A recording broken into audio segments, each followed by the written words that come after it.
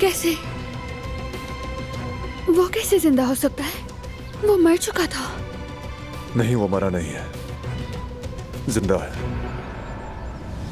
क्या हुआ, तुम ठीक हो?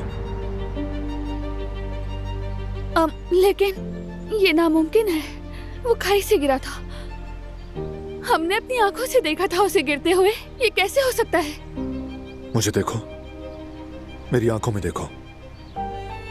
रिलैक्स रहो, डरना नहीं, समझ गई? बिल्कुल नहीं डरना, ओके?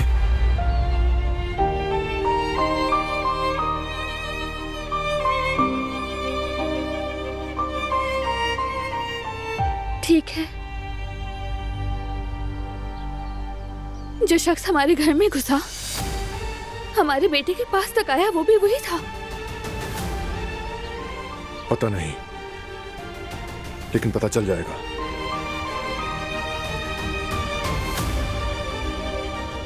अब सुनो, मेरा फर्ज है तुम सबको महफूज रखना।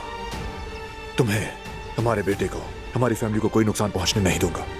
मैं उसे पकड़ूंगा, वादा करता हूं मैं तुमसे। हमें उससे निजात मिल जाएगी, है ना यकीन? भरोसा करती हो?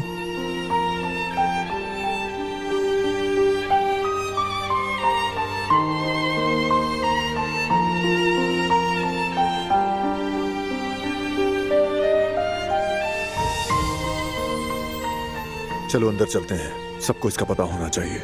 आओ।